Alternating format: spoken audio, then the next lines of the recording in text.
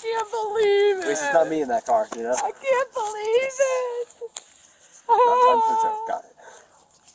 Oh my God. It's kind of a time to not really know what to do, so. I don't know what happened.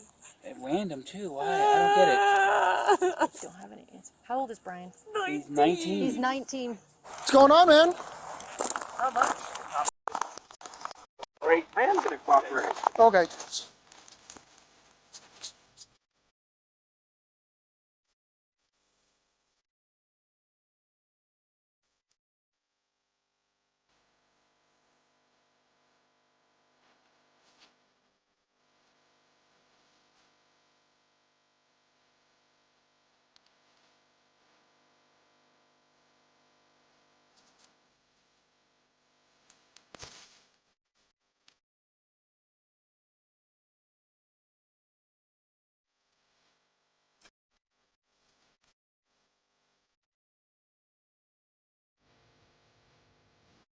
(2021) Grand Junction, Colorado.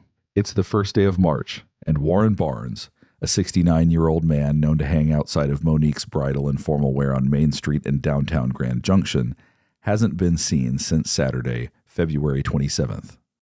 And if you've ever been downtown, you guys would see him. He walks Main Street. Yeah, he's always. Brett probably knows him if he's talking to him. He's always on Main Street, just with his backpack, just walking and coming down to the shop to sit in his chair, pretty much. How do you know Warren? I own Monique's Bridal downtown, and I give him a chair to sit and read his books. Is it a homeless gentleman? He's not homeless. He stays in a place. He pays for a room every day. He comes back in the shop because we keep his chair inside the shop to deter other people from sitting in it behind my shop. The woman speaking with police is Monique Lenati. Her business has been mainstay in downtown Grand Junction since 1995. Monique and her daughter spent time getting to know Warren over the 4 years he's been a fixture behind her shop. He loves reading, feeding birds, and eating Subway sandwiches. To outsiders, he may have appeared unhoused or out of work, simply because he wore the same clothes every day. But Warren is different. He works for a company that does just like temp agency, and they were the ones that actually contacted me because he's never missed work, and they know that he sits behind my shops. So every morning it's around 6? Yeah. Without fail? Without fail. 7 days a week? Yes. He is there every morning. All by himself? Yeah. Those who know him quickly take a shine to his kind and gentle soul. And he's the nicest guy ever. Rough looking, but he is the nicest guy. And he buys Pall Mall Red 100s every day and a donut. Warren Barnes is quiet and never bothers anyone. He passes the time reading books, so the locals dubbed him the Reading Man. But I know he goes to the library a lot as well, because he, like I said, he reads books. Loves to read. And Warren has a routine, one you could swear by. So when he didn't show up to work on Monday morning, March 1st, his employers at the temp agency were concerned. what raised concern with you today to report him missing? Because the place people already called to see if I had seen him, because he didn't show up for work, and he's never once not shown up for work in the 4 years he's been working for them. So I said no, and that I hadn't seen him since Saturday. I don't know, I just have a really bad feeling, because it's unlike him. And that's the weird thing, is I said, I'll see you tomorrow. He said, I'll be here, I'll see you tomorrow. And then I didn't even think about it when he wasn't there, really. Does he ever have anybody sit and read with him or No. next to him? Mm-mm. Does he mention talking to anybody? No, he doesn't associate with a lot of the transients, because he's not like them. He's very intelligent. I don't know why he's homeless. I never really got into why he chose, I'm sure you asked him. Did he ever talk about his family or where he came from? So he has, I believe, at least one child, but they don't talk. Okay. And he said that they talk maybe once every 3 or 4 years on a holiday, but that he hasn't spoken to So he him, probably didn't go for a visit. No. He wouldn't have, and if he was, he would have told the people ready place he wasn't going to be there for work. He was very all about having that so he could afford his place to stay. With no family that she knows of to call upon, Monique decides to start searching for him on her own. She posts a picture of Warren on her Facebook page asking people to be on the lookout. Meanwhile, 5 miles across town, Something odd had been unfolding over the weekend. In the Colorado River just off the Blue Heron boat launch, a car is partially submerged in the water. The driver, 19-year-old Brian Cohee, had accidentally driven his 2007 Ford 500 into the river and was in over his head. Literally. So he called his parents, Brian Sr. and Terry Cohee, to come to his aid, and they called the police for further assistance. The tenor of the scene just off the Redlands Parkway is lighthearted. Everyone's laughing and joking around, even though it's in the middle of the night and it's dark and freezing. Yeah, we made him wait till he was almost 18 before he got his driver's license because we didn't want him having any accidents like they do when they're 16 and 17 and Gotcha. doing stupid things. This your son right here? Yep. Yeah. Hey, partner, you want to come out and talk to me real quick? Sure. I mean, Appreciate it, man. I'm really cold. Is it Doesn't okay that if mean it's in here? Because That's fine. Because he had Okay. submerged. That's fine. I did not know that. No, please stay in the car. All right. Nobody else in the car? nope. Okay. No, just us. I'm the father, that's the mother, and this is our son. He just called us Sounds 20 good. minutes ago and said, Dad, I parked at the boat ramp and I messed up. I tried to get out of the car and it slid down. Well, you're not hurt, right? You're okay? No, just a little Okay. cold is all. Just beside your pride a little bit. And probably $7,000. Okay. All right, man. Do you have your ID with you, driver's license by any chance? I do. Thankfully. What were you doing down here, bud? Well, I felt like I needed to get out, Okay. and I figured, why not park here and just relax a little bit? relax and think. Okay. And I parked on the boat ramp, Okay. and I thought it would be easy to get out. Uh-huh. But when I tried to, Where did you park exactly? Were you down the hill a little bit? Yeah, just a little bit. Okay. And then When he got back in, go ahead. when I got back in, I tried to put it in drive, and it didn't go up. So then I tried putting it in low gear, shimmying it a bit. That didn't work. Were you facing down? No, at I this was point, or facing. were you I was facing facing this way? up. Okay. You back down? Yeah. That's a really good Because idea. that seemed like the easiest one. That is very Because of the propulsion of the rear tires, I figured they would be able to push. Okay. But yeah, then. Okay. Yeah, then it slid into the river. I was able to get out. Because I was like, it's not a crash. He just Dude, it's like parked 8 feet it out in the water. He parked it and basically couldn't get it up. It just lost traction, looks like, and then he actually went in it down in the water. He's not hurt at all, so I'm like, how are you gonna get this car out if possible? Does he need to stay here? Or I'm sorry? Is he free to go? I'm sure he'd like to go home and get warm. I'm sure he'd like to get some pants on. Yeah, right? Yeah, it's not a crash. It's Okay. simple It's mistake. just a stupid Nope. accident. So, Yep. All right, I'm going to take him home then, and then we'll come back here and see if we can figure out what's what with the tow truck driver. son has no pants on. After taking Brian home to put some pants on and warm up, the Cohees returned to the scene at the boat ramp around 3 a.m. And this is when things take a turn. The crew recovering Brian Jr.'s sedan from the Colorado River has just spotted something troubling. Hey, quick question for you. Sure. So the back bumper, I don't know, you can probably see it from here. It's a lot of red on the back of that. Dripping down it all a little bit. But underneath the license plate, a little area right there. Okay. Okay.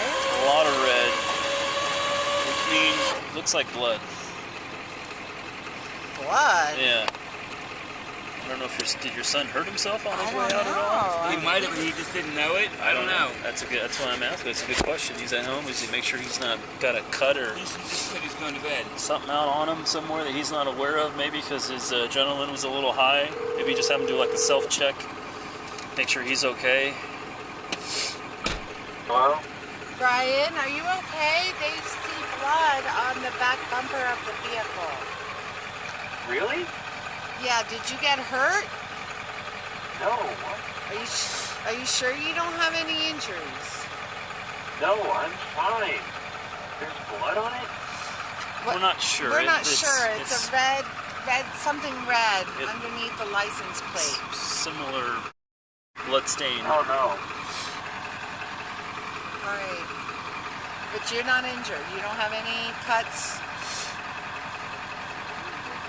No, I don't know what would cause blood or whatever it is on the bumper. But you're not injured. No, I'm not injured. Okay. All right, Freezing. I'll call you back. Ooh, it's cold out there. Is it good? My car good? No, No, Brian, they're they- trying to get it out. They got to rehook it and try it again. They're having trouble getting your car out, buddy. All right. We'll call you back. Call you back in a little bit. If I can send a message on. Bye. I got to move my car. We got charging is there. I got to move my car for the driver. Okay.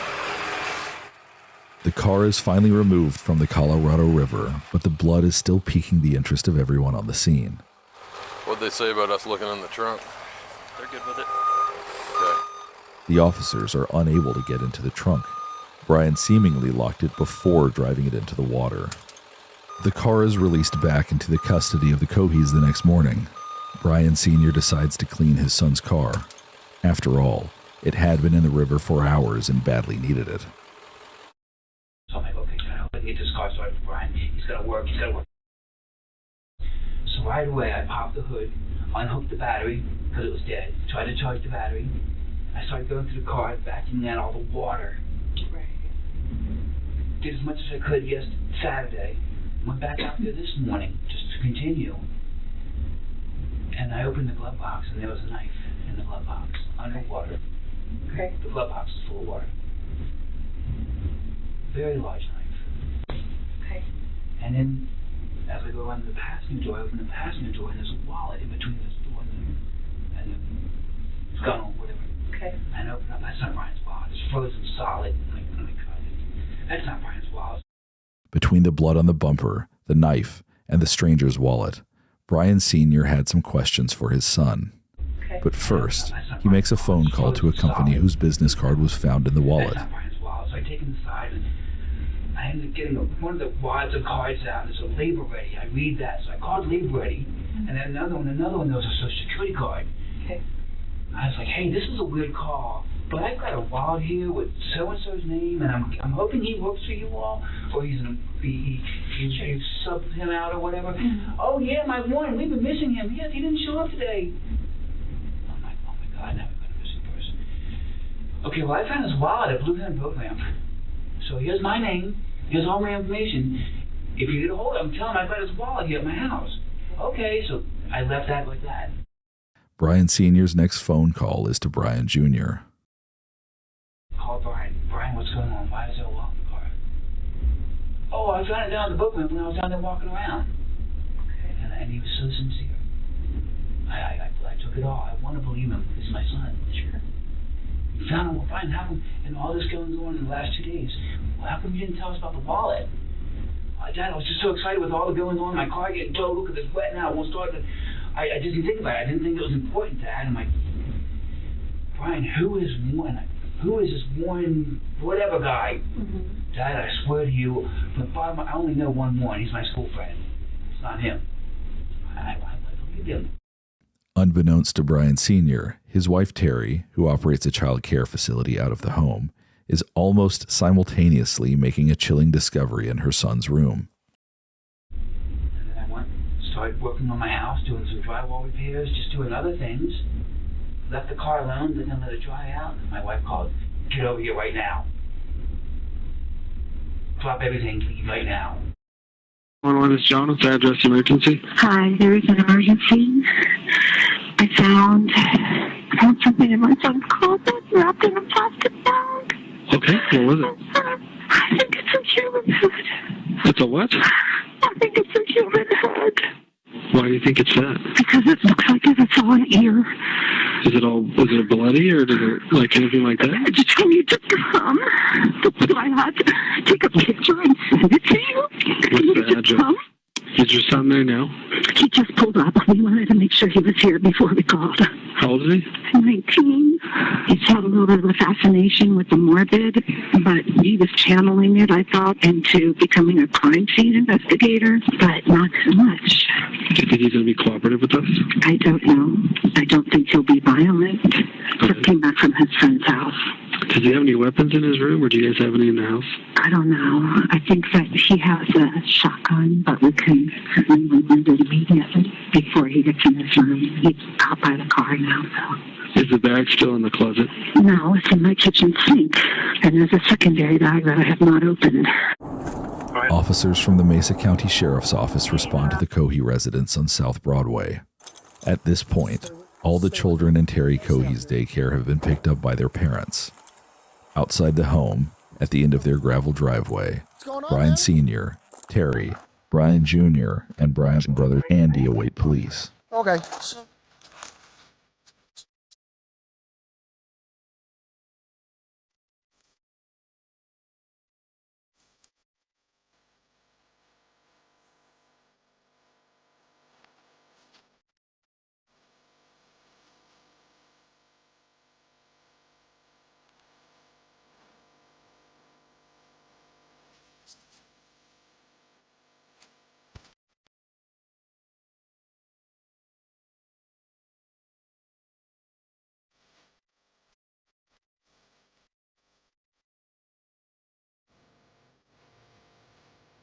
Okay. Where did you do that at?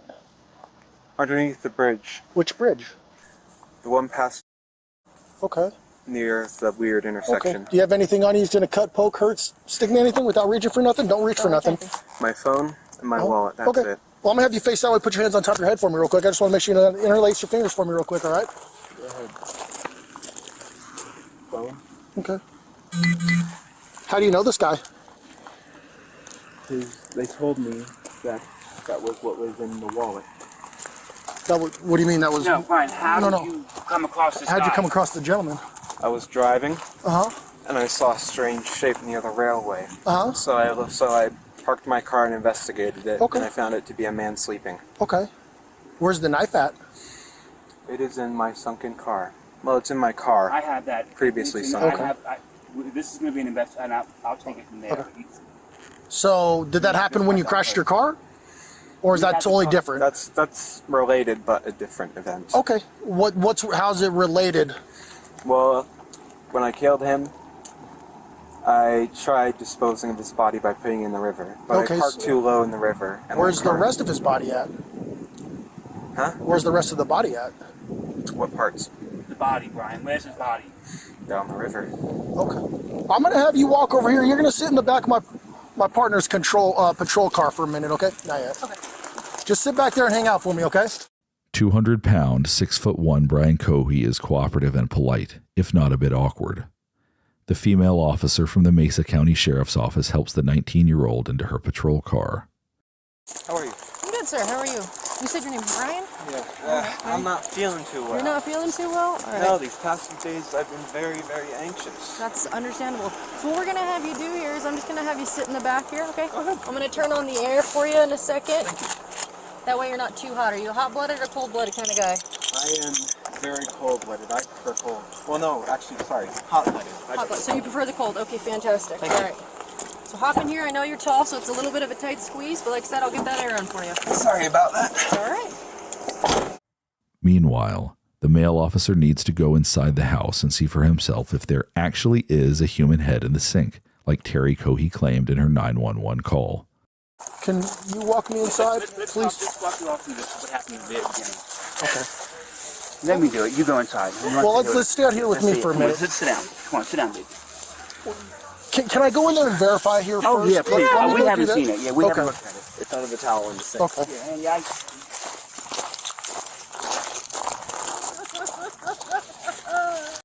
Stay with your mother. Give her Just make sure that guy goes in the car first. I can stay here. You can go in the sink, right? Well, The sink okay. right there. No, Yeah. House is empty. Okay. We had a bag feeling about what happened this weekend. Okay. And she said there's a bag in this closet, and she opened it up. And she called me and said, get over here right now. I covered it with a towel. Okay. I didn't want him to see it because we didn't want him to run. I don't want to look at it.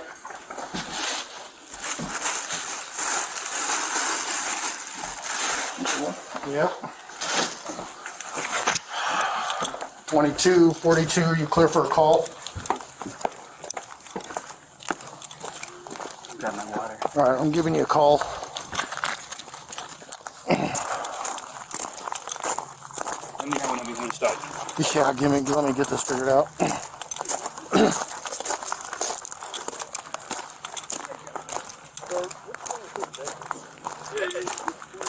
Oh, yeah, you might want to call investigations. So, oh yeah, he already, I asked him what was going on. He said, I killed a guy. I stabbed him. That's his head. I dumped his body in the river. So I guess this guy's name is like Warren Brown or something. So, all right, I'm gonna secure the house. And he said there should be hands and the head's in the sink. The body is in the river. So, what's that? Yeah. What's that? Oh, does it sound by my voice that it looks real? It is. So, okay. After the officer confirms the head is indeed real, Brian Sr. then recounts the story of the last 24 hours again to law enforcement on scene. He left Friday night, late in the morning. Our phone rings at my house. Dad, this is Brian. My son Brian. Same name, same birthday, January 10th. My firstborn. My car's stuck in the river. Wait, what? So we go there and he gives us a song and dance how it was a full moon, he wanted to pull down to the water. And next thing you know, since it's a one-wheel drive, we tried to put it in reverse and the car started sliding and next thing you know, he ended up in the river. So we get there to pick him up, we call the police at 2 o'clock in the morning. My son put his car in the river. So they called a tow truck company, we called 4 tow truck companies, couldn't get the car out of the river. Where's the car? Saw blood all over the bumper. Where is the car? So we towed it to Scotty's to have it, see if they could fix it. So I called Scotty's and said, don't touch it. Okay. I already called him and said, don't touch it. Nothing was taken out of the vehicle. Yes, you know. I did. Yes. What did you take out of the vehicle? I cleaned it up, bottles, everything, incriminating Do you know stuff. where that stuff is? Yes, it's all at the house. It's all at the house. Yes, Okay, yes. in a bag. No, I didn't know this had happened first, so I'm thinking I'm going to get Brian's car cleaned out, we're going to get it all fixed up, call Scotty's, they're going to start it up. Right. But then things started unfolding. Okay. We saw blood on the bumper. We asked Brian, Brian, what's this from? Oh, I think I cut my finger. Okay. What else has got on? I found a wallet, so I'm going through the car this morning, and there's a wallet in the car, and I'm like, Brian, whose wallet? Oh, I found it at the boat ramp. And where were you going through the car this morning? Because it was at my house. Okay. We towed it to my house. Oh, so now it's at your house. It's at my house. It's not at Scotty's anymore. No, when I found out I couldn't start it, I called the tow truck company, and they towed it to Scotty's this morning. Oh, it just so they just got it. Okay. Car was towed there, and I'm like, well, I started pulling out bottles, this, and I'm like, Brian, why is there a knife in your glove box? Dad, I don't feel safe. Okay. So you touched the knife? Oh, absolutely. But the knife was underwater. The car was underwater. Right, okay. So I pulled everything out of the car. Okay. And all of that stuff is in your garage? All the stuff's at my house. Okay. Yeah, so as I was pulling it out, I'm like, what the fuck? The officers update each other on the new information they've gathered while Terry Cohee sobs in the background.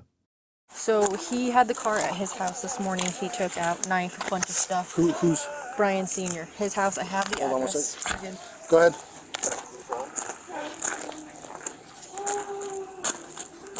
I copy. So I told him we'd hang tight until investigations came, and then he can take them there where all the items are. Go ahead.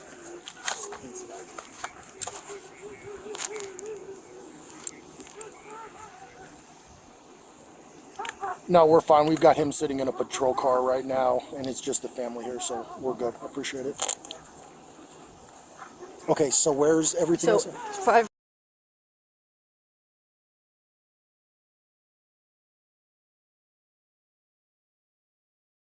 He had the car at the house this morning. He pulled the knife, all sorts of stuff. He said there was blood all over. Okay. Hold on. You're good. Car to car or stuck. We'll also have a second address that'll have to either go through on consent or through a search warrant. It's going to be fine. Dad's house. He had the car over there and cleaned it out, unbeknownst to knowing what was going on. Dad's super cooperative about taking us there and letting us look at. So I just told him we'd wait till investigations got here and just keep him here. They have another location. I don't believe this is their house, or maybe this is their second house. Yeah, I copied. They're cooperative out here, and our suspect is sitting in a patrol car. While the Cohees await instructions on what to do next, they have some questions. I know you guys have a lot going on right now. It's a lot to process, so we'll work with you every step of the way as much as we can. How long till the news company shows up? We're going to try to keep at a while, so we're hoping. We need to get clearance from you so we can get out of Dodge. Yeah, don't. Because I don't want to. We can't have news in front of me. I run the life jacket program here in town. Okay. Biggest thing is our investigation unit. Oh, absolutely, here and talk to you guys, and absolutely, then, sure. Like I said, even if news shows up, we're not going to let them down here. Thank you. So yeah. Okay. Just focus Don't on let them up there breathing either. They'll and be able to kinda- see stuff from up there too. Well, nobody else should know about this right now. Yeah. Okay. Good. Okay.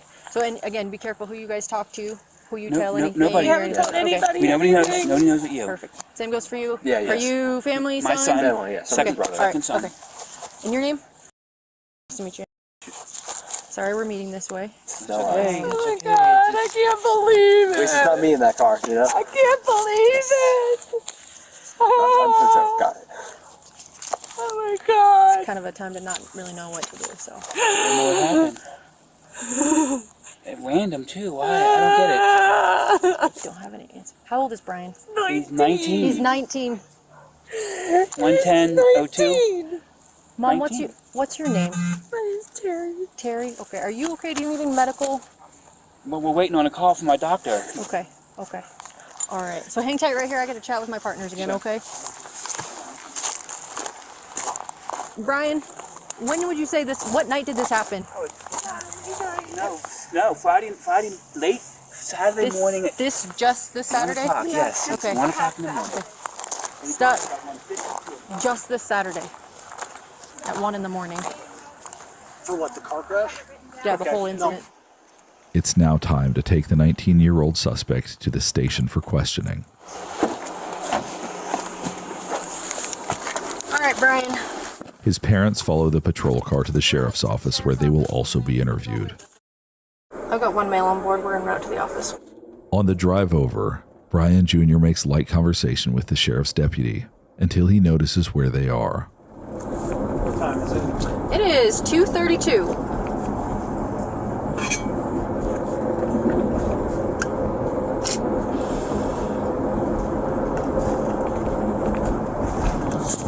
It was under this bridge. It was under this bridge? Yes. Okay.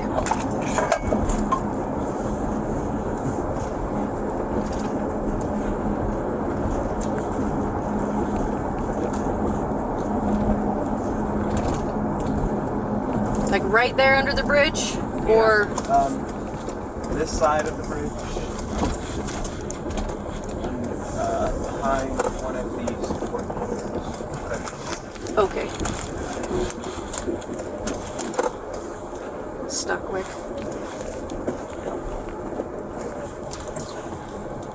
He said it was the bridge here right by the jail.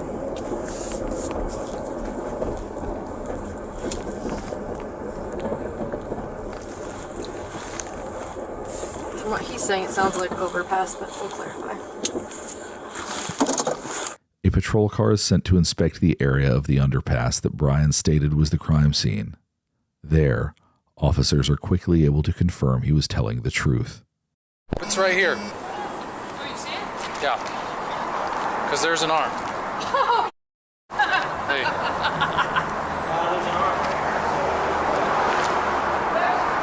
Good search ever. There's an arm, there's another arm. Okay, hold on. Do some pictures. Start right now. There's another one. I don't have a clue. Okay. This is like something out of TV. Yeah. Just having a discussion with the deputy chief about how these kids don't have any remorse.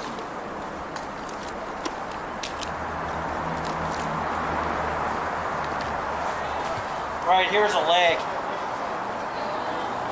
Well, it could be the upper arm or a leg. Well, there's three. There, and there. Pieces down there, I mean. A patrol guide to yellow tape it and then hold it, because the potential is that there's a secondary by the boat launch. Yeah, I would think so. Well, we 'cause can if run you out wanna there go, and look at that, and then if you guys, we can just ask for a. I'm switching to primary, hold on. But if we can get the lab out here, that would be the best thing. Yeah, get forensics out here. After the 8-minute drive to the sheriff's office is complete, the deputy escorts Brian Jr. into the interrogation room. Is Dad cooperative? Everybody's cooperative, including Dad's Brian Sr., son is Brian Jr. They're ready for him. Okay, cool. Let me call parents, let them know to park here, and then we'll have someone meet them out front.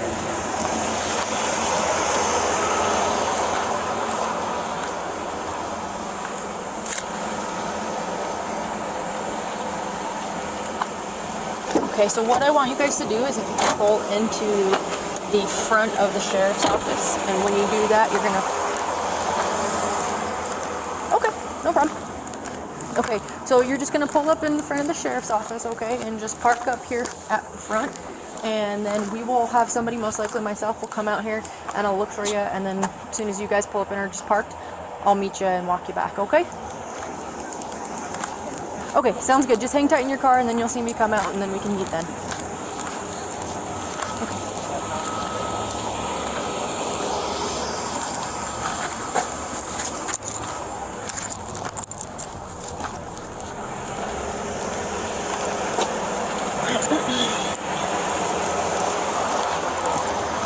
Okay, I'm gonna walk him back. Okay, thank you.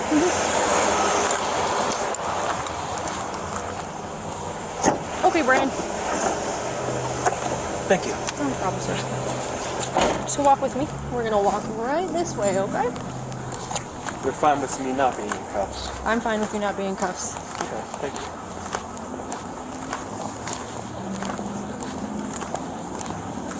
All right, Brian. Open this door for me, please.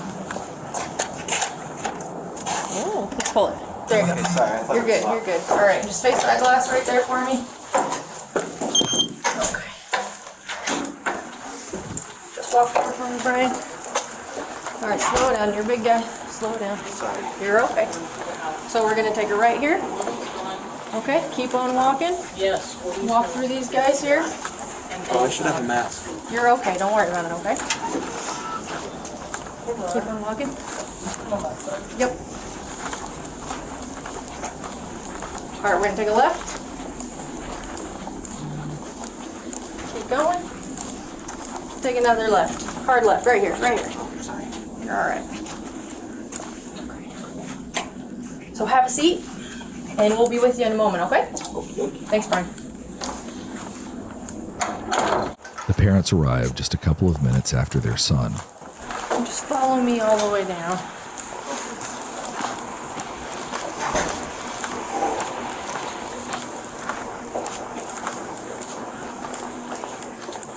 We're gonna have you guys have a seat in here, and we'll be with you. In the interview room, Terry Cohee is understandably upset and anxious. Her eldest son has just admitted to murdering a stranger for the thrill of it. The detective wants to know the question on everyone's mind at this point. What would drive this seemingly non-violent teenager to murder? Tell me about Brian. Does he have any kind of mental issues or disabilities? That's why we were told he has ADHD. Okay. So we put him on ADHD medicine. He detected it during the summer or weekends only when he was in school. Okay. In middle school, he started exhibiting antisocial behavior. Okay. Just saying things to get kids riled up and thinking it was funny. Okay. And the doctor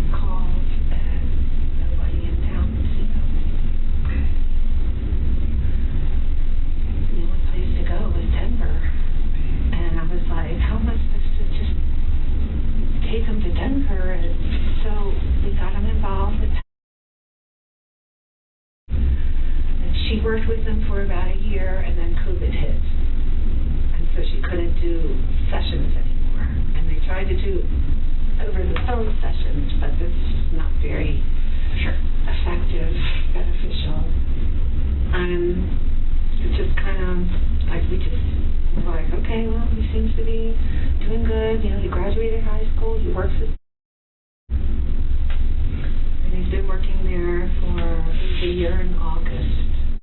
The detective wants to know more about the medications Brian is on and if he's actually taking them. And you said he's not taking his medication, or is he on medications now? He's on ADHD medicine. Okay. That he takes before work. Okay. On his part-time job. Okay. And he takes sertraline, which is an anti-anxiety, antidepressant. Okay. So he's been diagnosed that as well. And to the best of your knowledge, is he actually taking them? Like, do you watch him take them? I don't watch him take them, but I have an alarm set, and every night at 10 p.m. I say, Brian, take your medicine. And he says, I know, I am. Okay. And as I've looked at his pill container, I mean, it's going, you know, seems to be going down. Okay. So I assumed he was taking it. Okay. What about alcohol or any other recreation drugs? No. Nothing like that.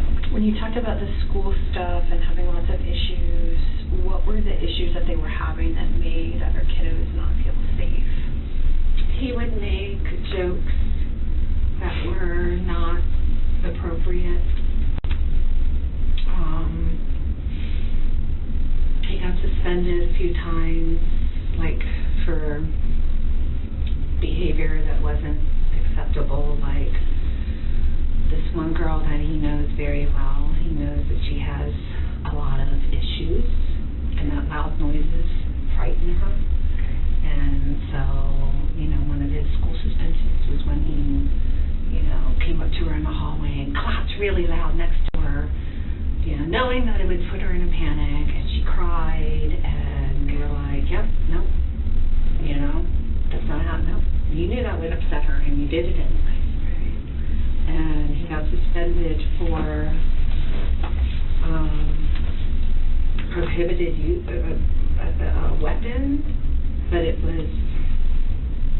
there was another boy who brought in nunchucks to school on the school bus, and Brian was like, wow, cool, you know, and I think this was in 11th grade, and so Brian was like, I think Brian had given out some candy to some kids on the bus, and so Brian was like, can I check those out? And he's like, I'll bring you in so you could give me some candy. So Brian gave the kid candy, and the next day the kid comes on the bus with 2 sets of nunchucks. One are glass, and the other ones, I guess they're like rubber. I don't know. I never actually saw them. Okay. But so he's like, I know I can't take the glass ones because I'd be in trouble for that. So he took the rubber ones and he put them in his backpack. And his backpack was, I don't know if it was in his backpack or in his jacket. There was some differentiating stories. Okay. But so the teacher saw them and they said, what's that, Brian? And he was like, nothing, you know. And so Bob Omar, you know, he was like, you know, we have a prohibited weapon on school grounds. And I'm like, okay, well, what about the other kid that brought them in? And they said, that kid doesn't have the behavior issues that Brian has. And I'm like, oh, so you're punishing Brian because he has behavior issues. I see. So Brian went through probation and he completed it successfully. The line of questioning pivots to Brian's behaviors and interests. How about stuff at home with you and your husband and your other son? Like any kind of violent behavior or weird behavior, like the stuff with Brian's textbook weird. Okay. You know, I mean, he's always, you know, he's either ADHD and we're struggling with social thinking and social behaviors and learning and, you know, it's always been a challenge with Brian. But not violent behavior towards you and your husband. What about other kids in the neighborhood or on the bus? He didn't really, you know, he had a couple of friends that he's had since elementary, but, you know, he had a morbid sense of humor and would make jokes, and I'd say, Brian, that is not funny. And he'd go, yeah, it is, Mom. You just don't get my sense of humor, you know. But some of his behaviors that we attributed to autism, like the flat face,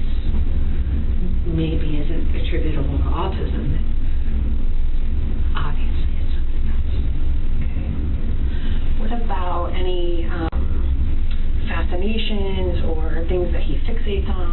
A lot of perseveration on crime and crime scene.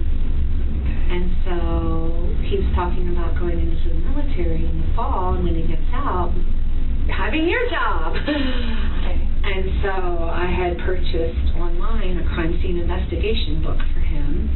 You know, it's like ones that you probably read it when you first started out in college. And so I gave that to him, and I was like, so here, Brian, you know, let's channel that curiosity into something positive that you can affect a good change in the world.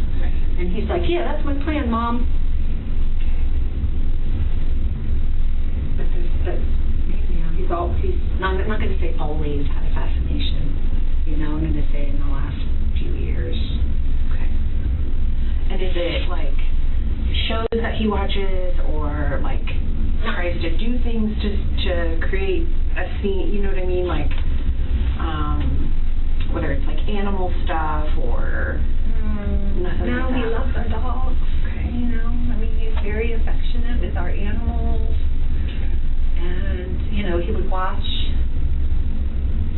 you know, like just last week he watched Silence of the Lambs. But I was like, well, he's 19, not sure, you know. Probably all watched it. I watched it. It doesn't make me a serial killer, you know. Is there anything else about Brian or the last couple of weeks? No, he's always, you know, sometimes he's affectionate, you know, and every night when I say, I love you, Bugs, and he says, I love you too, Mom, you know, and he gives me a hug, and, you know, he's at work when he's supposed to be at work. He's never, I mean, other than his behavior issues in high school, it's like there's never really been, like, anything legal that was, you know, that was a problem, but I was like, uh-oh, you know. When they did his testing, and forgive me because I don't know all of the exact language and stuff, but like on the spectrum of his autism stuff, did they kind of give you a range, or did they say we think maybe based on some behaviors They said he was high functioning, you know, that he did the IQ tests well, and blah blah blah. But they said, but you know, in going through this, I think that it would be beneficial if he received further testing. And I said, okay, who do I go to? And they gave me a couple names, and I called them, and they said, no. And then I said, okay, who else should I call? And I called them, and they said, nope. And I said, who else should I call? And I called them, and they said, nope.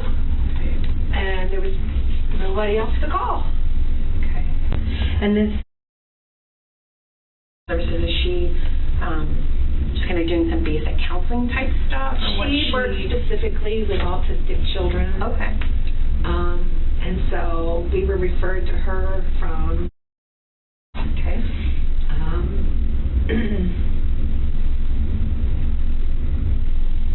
And you know, like I said, he was doing group, going in to see her once a week, and you know, and because of everything going on in school, you know, we said, you know, we don't feel like he's a danger to other people or to us, you know. Maybe himself, if, you know, something happens, but, you know, and I was like, do you think he's a danger to others? And she goes, well, from the discussions we had, I can't really make that determination, but...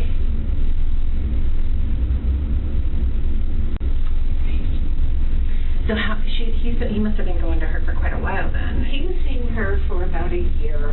He had been seeing her for a year and a half, but he wasn't making any progress with things. Just kept getting worse and worse. Behaviors were worse. Like I said, there's never any violent outbursts. Never, you know, just a fascination with some things that I thought we were channeling properly, and you know, his morbid sense of humor, and that I was like, well, Stephen King's got a morbid sense, you know, and he's a freaking millionaire writing books, you know. Brian Sr. is dumbfounded by the situation he's found himself in. Our kids are both doing good. They're okay in school. They don't drink or smoke. So I didn't really have no warnings that this was going to happen. But he quickly realizes that this is not an accurate picture of his son. He's obviously sick. He's obviously very sick. We've noticed weird things about him. Some days he gets cold. Just he looks at me and he has this cold look on his face. And I can just tell that, I don't know if it's from his friends that he's hanging out with or what, but... Tell me about some of the, I know he's had some issues in the school, but tell me about Brian from his childhood growing up. He was good growing up, but I think they diagnosed him early in elementary school with ADHD because he would, he had trouble meeting friends, trouble talking, doing funny things. So he was always kind of on his own. He was a loner. He had friends, a certain amount of friends, but he wasn't like, hey, he wasn't accepted very well. In school, he wasn't accepted, I know that, but he's got friends that he hangs around with, respectable friends, and we just thought, but it just seems like not friends that would ever, not those kind of friends. Sure. Clean, good friends. Okay. The worst they have is they play video games. They drink too much Pepsi. That's my only complaint when all his friends come over. They stay up too late. None of them are, I don't know what happened. I don't know why, what made him go, and I'll never know that question. I don't know how many times you want to ask me. I don't know why, who, when, where, I don't know. I'm just as in the dark about this as you. Still, Brian Sr. maintains there was not a single sign that anything like this would ever happen. Never been physical at all with any family members. Mom, Dad, Brian, dogs. Never any not a cool bone in his body. Never, ever, nothing. And as far as his friends, no, he's never been in a fight in his life. He's never hit anybody. He's just like his dad. I've never been in a fight, man. I thought just like it's going to be a spin-off of me. Because he's non-violent, but he's not. I don't know what's going on now. Everything's different. By the end of his time in the interview room, Brian Sr. laments the loss of his family's reputation in the community. This is too much for me. I have the same name as my son, and now this has happened.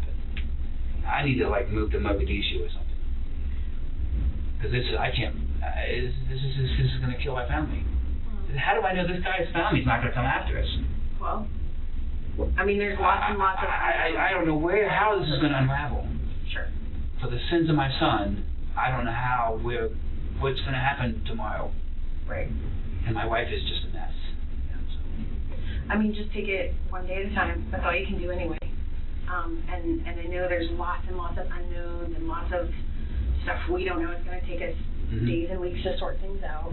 So try not to panic in the meantime and think too far ahead. Let's just think about... No, you guys are in charge right now. Terry and I have decided we can't do anything until we're out of this. Until you guys say, okay, you are released. Right now we can't do anything. Well, we can't go anywhere. I'm not working anymore. She can't have any more kids anymore. Everything's over. It's all done now. It's over. Our lives are totally over. She runs a license in-home daycare. She can't have a license anymore. I don't think that's true. Oh, okay. Well, her parents, when this hits the news, all the kids are going to be pulled out. Maybe. So yeah, everything's going to go belly up here. So if things are going to change, I don't know how it's going to change, but I got a feeling Grand Junction is no longer going to be our hometown because my name's been trashed. In another room at the Mesa County Sheriff's Office, Brian Cohee Jr., now under arrest and charged on suspicion of first-degree murder, has waived his Miranda rights and is ready to talk with investigators. They waste no time getting straight to the point. How did you get here? I murdered someone. Okay. But how did you get to my office? Well, the police drove me here from my mom's house. Okay. You said you murdered someone. I did. Did you know the person? No. No? No. I was driving one night. I was in a, shall we say, bad state of mind. Okay. I saw a strange shape by the railway tracks, so I investigated, and it revealed to be a homeless person sleeping. Well, I presumed homeless, because he was there. Okay. So, I stabbed him to death. Okay. Then decapitated his head and hands and arms. Okay. I then took the head and put it in my car trunk along with the hands in bags, plastic Ziploc bags. I took it back to my house, cleaned off the knife, tried to hide the head and hands, removed the trash in my car that was stained in blood. And then I tried sleeping. However, I was quite stupid, shall we say, because I decided that's too much evidence. The body needs to be dumped in the river. So I took the body in the trunk, drove it to the Blue Heron drop-off point, and unsuccessfly dumped the body as I parked too low down the ramp. The ramp is mud and dirt, so unless you have four-wheel drive, you're not getting out. And I was able to get out, and my car flooded. Let's see, I killed him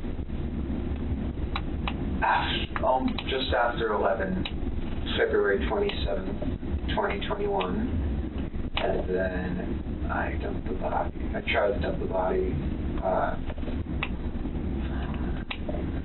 I'm trying to remember the time exactly. It was 1 a.m. Okay. And yeah. So that sounds fascinating. What do you want to know? To start back at the beginning and go slow and tell me as many details as you can remember. So, because I mean, I'm already going to jail for this 15 years probably. I have no idea. Because we're at the beginning. It's murder. I mean, I'm going to jail for 20 probably, but so I figured, why fight it? Okay. So what's important to me is to learn as much about you and what you did as I can. Well, as many details as you can give me, the better. I drive a 2007 Ford 500. Okay. And I keep a small 18-inch bat in there for self-defense. Okay. And a large kitchen knife in the glove box, both for self-defense, because I don't really trust anyone, or really any part of this town, so that's why I have both. And let's see, yeah, it was the night of February 27th. It was a full moon, and I figured I can see so well, why not drive out? And I am in a bad state of mind at that time. I have major depressive disorder, so I am not thinking, shall I say, positively. Okay. And I'm cruising around for an hour and a half. So I fill up on gas halfway through, and I'm eventually driving underneath the bridge near the sheriff's office. You know, like how... Oh yeah, go ahead. There's a road underneath, right? Out under the overpass. And I was driving along, and I see a shape here on the railway track. So I'm like, oh, interesting. So I go up, and as I'm looking, I see a large thing wrapped in a canvas. Okay. And I'm like, that's a homeless person. So I grab my knife, I put on 3 layers of gloves, because plastic gloves can betray their users because they're so thin, those vinyl gloves, by putting your fingerprints through. So I put on 3 on one hand. I took the knife, I pulled back the canvas, and I stabbed his neck. Okay. He was panicking at first. In his old man voice, he was in his 50s. I know why I call him an old man. He was saying, "What are you doing? What are you doing? Why? Ah!" And I just kept on stabbing his neck. It's okay if I do a demonstration. Oh yeah. This is him. I was straddled on top of him like this. Okay. And he couldn't fight back. It was actually surprisingly easy. I was barely breaking a sweat. I thought, oh, this guy, he's going to be tough. But no, it was actually surprisingly easy. And during the time, I was growling and making animalistic noises. Why were you doing that? I suppose it was a frenzy. Okay. I was so excited, so rushed up on adrenaline every day. Let's just woo-hoo. And I paused, and he said, "Why are you doing this?" And I said, "I've been wanting to do this for a long time, murder someone." And then I continued. The whole ordeal lasted about a minute and a half. Okay. And I stabbed. When I was finished stabbing him, he took out his last breath, a grunt, and his head was halfway cut off. and stabs. All the while, no, actually, after I killed him, I just couldn't stop saying, stinky, dirty, dirty, stinky, stinky. I wasn't smelling anything, but... And why were you saying that? I don't know. Okay. And, But you remember doing it, so... Yeah. I suppose it was just me speaking out my mind at that moment. It was a pouring out of the mind. Were you worried about, I mean, this looks like it's pretty close to the road and stuff, somebody seeing you or catching you? It was 11 p.m., so not many were driving by. Well, it was behind the pillar. So, like, here's the road. It was here. So people would only see a brief thing here and here. So were you worried about them seeing you? I was worried about one of them stopping. What did you think could happen if somebody... Well, if they looked, well, it was quite dark under there, so they wouldn't have seen the guy unless they looked. They would have seen me holding a bloody 12-inch knife, wearing gloves, and wearing a mask to conceal my identity, a face mask. Okay. So you weren't doing it for COVID, you were doing it to hide your face? Partially. Social distancing. Right. Yeah, but no one stopped. And I'm just like, proves the bystander effect. Nonchalantly, the killer goes into chilling and graphic detail about what he did to Warren Barnes' body. We'll spare you the gruesome details. He then tells the investigators what he did with the various body parts once he was home with them. And then I left his body there. And then I took the head, put it in a leftover pizza box from the dinner a few nights ago. And then I took the hands, put them in the back, drove home, hid the hands and head in my room, cleaned the knife, threw away the garbage with the blood on it, and then put the blood stained, wasn't stained, it had splatters on it. I put it in the dish, in the washing machine. What did you put in there? I put the outfit I murdered him in a washing. You were wearing, or? Yeah, I was wearing. Okay. In the washing machine, put it on high speed so it would effectively remove the blood. Washed it twice. And then I tried going to sleep, but I was worried that because there was a hole in my gloves right here, I was worried that they would be able to obtain a partial print. So I figured, why not go all the way? I drove back in a different outfit, picked up his body, surprisingly heavy, put it in my trunk, and drove to the Blue Heron drop-off station. Okay. I parked, so it's like this, right? So let's say this is the ground. The ramp is quite steep, and you need to have four-wheel drive to pull out of it. Okay. And my car didn't.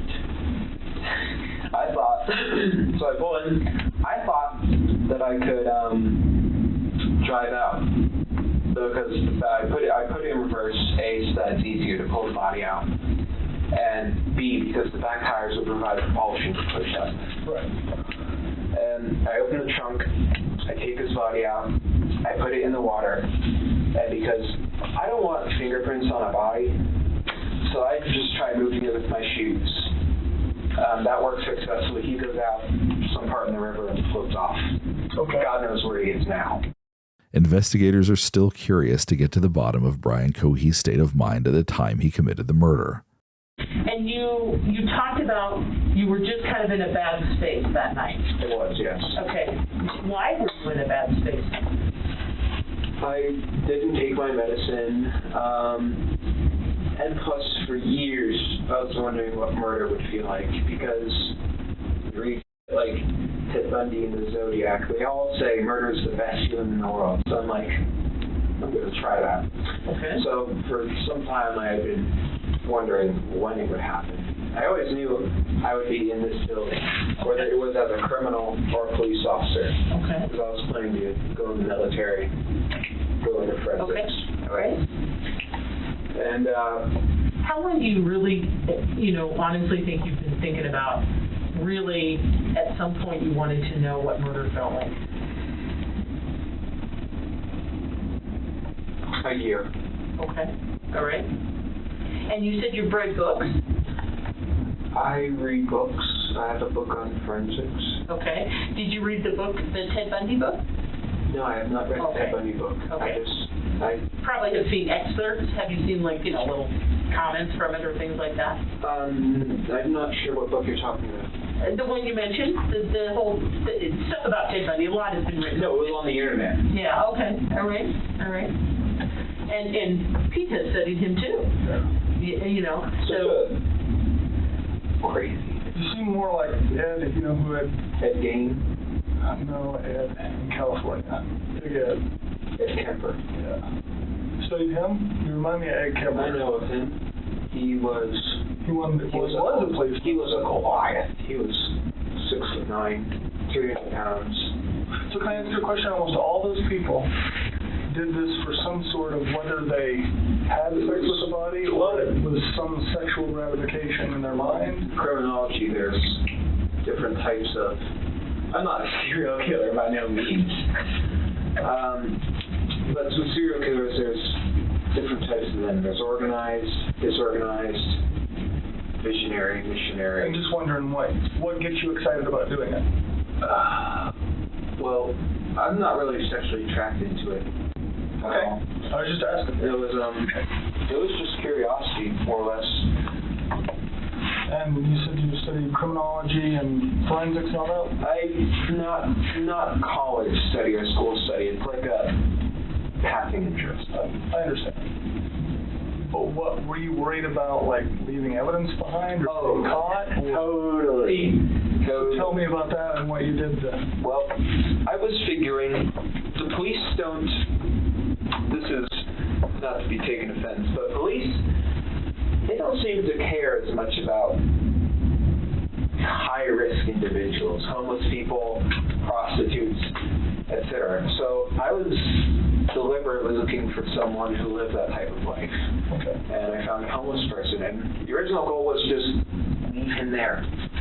But I was worried about the fibers on the outfit I was wearing that would be on his clothes and stuff. So I deliberately messed up the clothes. Okay. Not cutting them up, just throwing them around. And I was worried about just how long it would take to find him, because it's a somewhat traveled road. Eventually someone with the windows down is going to smell something off. The police have a nose for that type of thing. They're trained to be able to identify the smell of a corpse. So that's where the river idea came from, because a river will wash away a lot of evidence. Rivers are quite tricky. And obviously that was botched. So how long have you been planning or looking for someone to do this with before you found this guy? About a year. About a year? No, 6 months. So have you come close or seen somebody or chickened out or anything in the past? No. I mean, I was looking for a deliberately secluded place like that one.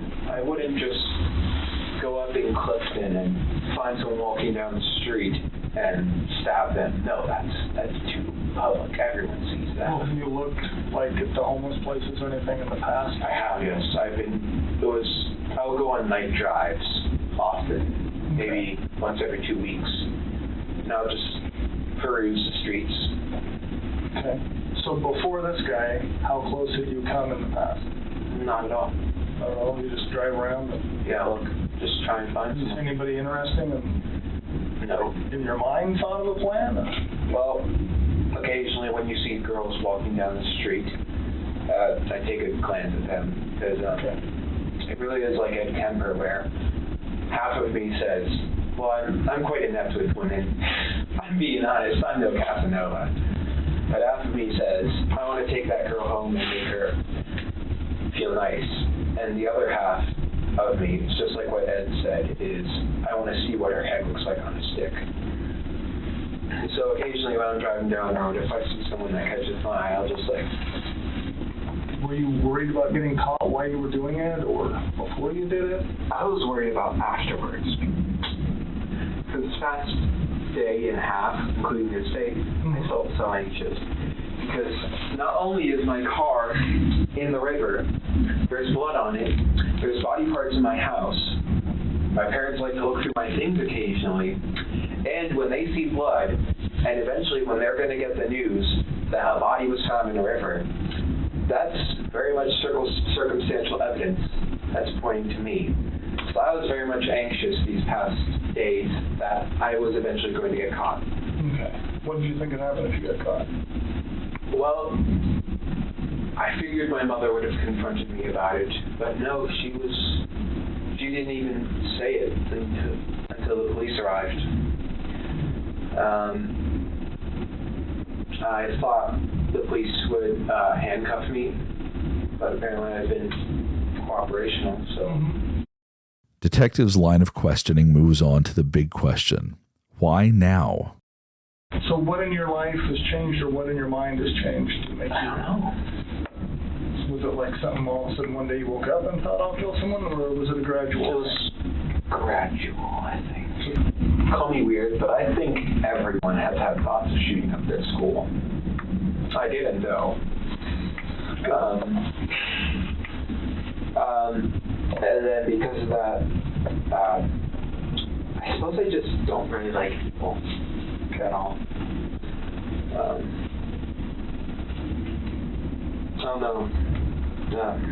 So thoughts of shooting up the school to today, what has happened? Well, last year my parents found a kit I had been assembling. It had hammers, shovels, knives, large zip ties, duct tape, saw. That was meant for hurting people. They found it though, and they were ready to call the police until I had convinced them it was via other methods, for other things. Like, and it was an ultimatum where if I didn't throw it away, all that, they would call the police, or then I would have been arrested on charges of conspiracy. And what if he hadn't been caught? Would Brian Cohee have killed again?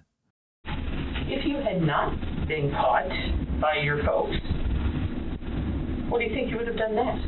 With the kid? I don't know.